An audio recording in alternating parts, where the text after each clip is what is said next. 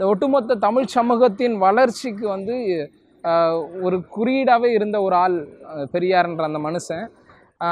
அவரை பற்றிய நூல்களும் சரி, அவருடைய இயக்கம் சார்ந்து, அவருடைய பணிகள் சார்ந்து கொண்டு வந்த ஒவ்வொரு விடயங்களையும் வந்து அடுத்த தலைமுறைக்கும் எங்களை மாதிரியான இளைஞர்கள் மூலம் கொண்டு போகிறதுக்காகவே இந்த இடங்களுக்கு வந்து புத்தகங்களை வாங்கிட்டு போய் மற்ற நபர்களுக்கு கொடுத்துட்ருக்குறேன்.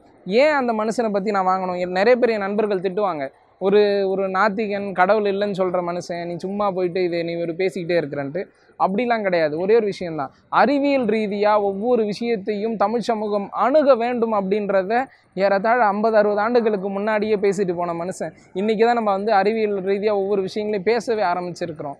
ஸோ ஒவ்வொரு விஷயத்தையும் முன்னாடியே யோசித்து இந்த மக்கள் இப்படி தான் இருக்கணுன்றத அன்னைக்கு நமக்கு எல்லாமே அவர் சொன்னதெல்லாம் தவறாக கூட தோன்றிருக்கலாம். ஆனால் அது இன்றைக்கி பகுத்து ஆராய்ஞ்சு பார்க்கும் பொழுது இந்த மனுஷன் எப்படிடா இப்படி யோசிச்சான் அப்படின்னு தோணுது. ஸோ அவர் எழுதின எழுத்துக்கள் ஒவ்வொரு விஷயங்களும் இன்றைக்கி வந்து பெண்கள் உடையணிகிற விஷயத்தைக்கு இப்போ ஹிஜாப் பிரச்சனையே எவ்வளோ வரும்பொழுது கூட நீங்கள் முடிவெட்டிக்கோங்க, எக்கச்சக்கமான விஷயங்களை அந்த ஆள் பேசிட்டு போயிருக்கிறான்.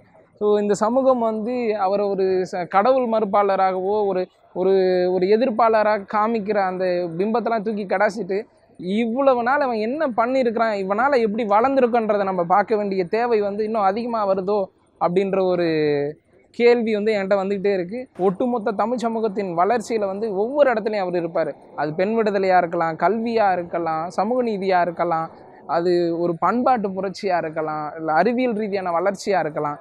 ஒவ்வொரு இடத்துலையும் இந்த பெரியார்ன்ற மனுஷன் அவருக்கான இடத்துல இருந்துக்கிட்டே தான் இருக்கார்.